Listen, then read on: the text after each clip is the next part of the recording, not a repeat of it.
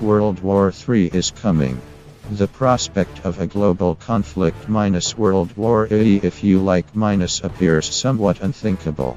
Since the Second World War, there has been no major war between the great powers.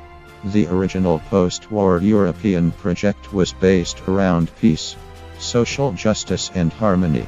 The unraveling of this project, accompanied by rising nationalism, is likely to exacerbate the dangers of war on a continent with a fraught history of bloody conflict.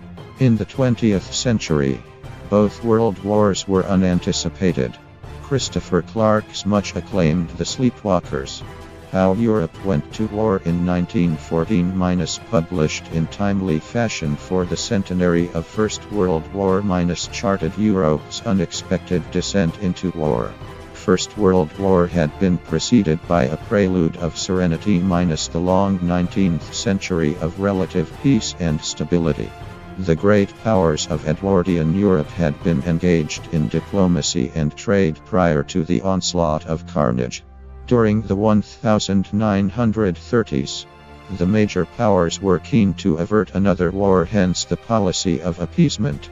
The initial reluctance of the US to become involved and the Nazi-Soviet pact. Neville Chamberlain's ill-fated announcement of peace for our time should be viewed in this context. Throughout the Cold War, the concept of a Third World War was inextricably associated with nuclear war and the mad doctrine of mutual assured destruction. Yet it is possible that future conflict between the great powers may take the form of another Cold War or even a conventional, as opposed to thermonuclear, hot war.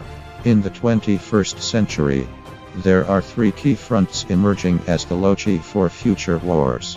The first is the Europe-Russia front with a new Cold War triggered by the Ukrainian conflict. The second is the Middle East cauldron centered around ISIS and the Syrian war.